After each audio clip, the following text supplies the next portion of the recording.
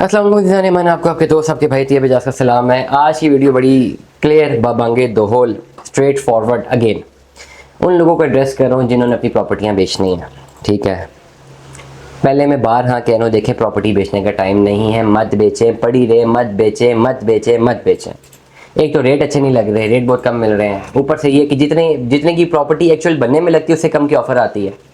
सोने में सुहागा ये कि जब आप उसको ट्रांसफ़र लेते हैं, ठीक है, तो टैक्सेस इतने हो गए कि अच्छे खासे आपको टैक्स भी देने, वो भी पैसे आपको उसी कॉस्ट से निकालने पड़ते हैं। अब एक घर जिसमें आपका खर्चा ही 60 लाख का हो गया, इस वक्त बेचते हैं तो 55 लाख रुपए की डिमांड आती है, बेचेंगे तो 3 लाख टैक्स भी देंगे, कमीशन भी देंगे, तो 60 लाख का खर्चा करके 52 लाख का घर बिकता है, 50 लाख का बिकता है। करंट हालात ये कह रहे हैं, ये हालात इसी तरह सेम नहीं रहेंगे, आने वाले टाइम पर बदल जाएंगे। मैंने बाहर हाँ बहुत दफ़ा बात की है, तो मत बेचें। और अगर पैसों की बहुत ज़रूरत है तो फिर बेचेंगे। अब मुझे प्रॉब्लम क्या आ रहा है, मुझे प्रॉब्लम ये आ रहा है ऐसे लोगों से जो कंफ्यूज्ड है, और अनफॉर्चुनेटली ये सारे के सारे लोग मेरे अपने बड़े क्लोज सर्कल के, और ये जो लोग मुझे सुनते हैं भी मेरे लिए बड़े मोहतरम है, बड़े क्लोज सर्कल के। और मैं समझता हूँ कि इल्मी इख्तलाफ होना चाहिए, और अगर कोई बात लॉजिकली बंदा कर रहा है, इसमें ये नहीं देखना चाहिए कि इमोशंस इन्वॉल्व है, कुछ इन्वॉल्व है। कॉन्फिडेंस होना चाहिए कि आप अपनी बात करें, ठीक है, अगर आप राइट पर अपनी बात करें। मुझे प्रॉब्लम ये आ रही जी, मुझे पहले अपने ही बड़े अच्छे करीबी तरीन लोग फ़ोने करते हैं, ये हमारी चीज़ है, प्लॉट है, घर है, बेचें बेचें बेचें बेचें बेचें बेचें। मैंने बेचना है, मैं पहले कह देता हूँ भाई नहीं बिकेगा, इतने का नहीं बिकेगा, इतने कम पैसों पे बिकेगा, हाँ इतने पैसों पे कहते तो मैं वर्किंग करता हूँ। देन दे से कि हाँ ठीक है करें इससे पैसा वर्किंग, फिर हम वर्किंग करते हैं, फिर बड़ी मेहनत करते हैं, करते करते क्लाइंट आता है, उसको मनाते हैं। और जब क्लाइंट को बड़ी मुश्किल से हम मना लेते हैं कि ठीक है बस आप ये चीज़ खरीदें, क्योंकि उनको भी समझाना पड़ता है कि डाउन मार्केट में जब बहुत सारे लोग नहीं ले रहे तो आपको क्यों लेना चाहिए प्लॉट, आपको क्या क्या फ़ायदे होंगे। वो बड़ा ट्रस्ट करके हम पे हमारी बात मानते हैं। और जब हम रिवर्ट करते हैं सेलर को, जी अब आगे क्लाइंट आ जाएँ, सेलर कहता है नहीं यार मेरा तो मूड बदल गया है, नहीं यार बहुत नुकसान हो रहा है। भाई जब नुकसान हो रहा है, मूड बदल गया, तो ये पहले सोचिए ना। ये बड़ा क्लियर मैसेज दे रहा हूँ, जिन जिन लोगों के लिए बात कर रहा हूँ उन तक video I guess I wish पहुँच जाएगी इंशाल्लाह। ये क्लियरली सोचें, मैं जिस जगह पे बैठा हूँ इतना आसान तो नहीं है कि आपने मुझे कह दिया कि जी प्लॉट बेचें, घर बेचें, और बस मैंने जादू की छड़ी घुमाई और बिक गया। जब आपने चीज़ मुझे कही तो मेरी एफर्ट लगी। ये जो वीडियोज़ आप मेरी देख रहे हैं तो क्या ऐसी कॉस्ट नहीं है, ये जो स्टूडियो ऐसी कॉस्ट नहीं है, इक्विपमेंट की कॉस्ट नहीं है, ये बोलने की कॉस्ट नहीं है, जो लोग एडिट कर रहे हैं कॉस्ट नहीं है, जो अपलोड कर रहे हैं कॉस्ट नहीं है, जो मार्केटिंग कैंपेन चलाएंगे कॉस्ट नहीं है, एफर्ट नहीं है, टाइम नहीं लगेगा, सब कुछ लगेगा। और ये सब कुछ लगने के बाद फिर सैकड़ों लोग फ़ोने करेंगे, उन सबको डील करना वो मेरी कॉस्ट नहीं है। फिर उनमें से एक सबको मनाना वो भी मेरी कॉस्ट है, फिर एक आध को मनवाना, फिर किसी को साइट विजिट करवाना, ये इतनी ज़्यादा चीज़ें हैं।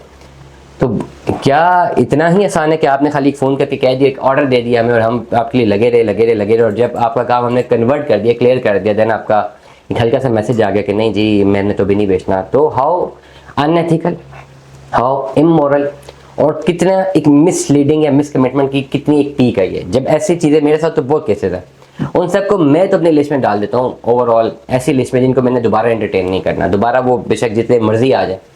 मेरे साथ बड़े केसेस ऐसे हुए हैं, पहले मिन्नतें करते थे, फिर जब मैंने उनको निकाल के दी तो कहते नहीं लेना, फिर उसके बाद उन्होंने ऐसी बात की आके कि प्लीज़ अब आप बेच दें।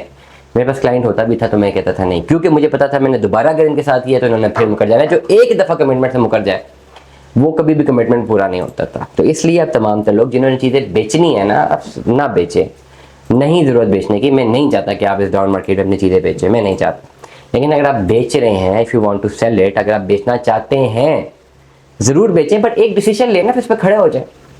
दूसरे के टाइम को इज्जत करें, वैल्यू करें, ना सिर्फ दूसरे के टाइम को, बल्कि जो लोग आपके प्लॉट को देकर उन पर ऑफर दे रहे हैं उनके भी टाइम को वैल्यू करें। ये भी बड़ा इंपॉर्टेंट है। इस वक्त सेलर्स जो है ना बहुत मुश्किल में, परचेजर्स बहुत मजे में।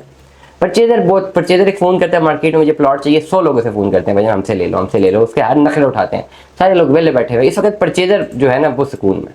आज से 2 साल पहले सेलर जो है ना फ़ोन नहीं उठाता था, परचेजर कहता था यार प्लीज़ कुछ ले दो, मैं लेना चाहता हूँ। अब उल्टा हो चुका है, तो ये टाइम फिर बदल जाएगा। लेकिन ओवरऑल अगर आप अपनी इस तरह की डिमांड रखते हैं मार्केट में और फिर आप बाद में बैक ऑफ करते हैं तो आपने बहुत सारे लोगों का टाइम वेस्ट किया। इसका ड्रॉबैक पता क्या होता है कि जब आप दोबारा जनरली इतना प्लॉट बेचने आ रहे होते हैं तो सबको पता होता है कि यार ये आपने पहले भी एक दफ़ा मिसकमिटमेंट किया है।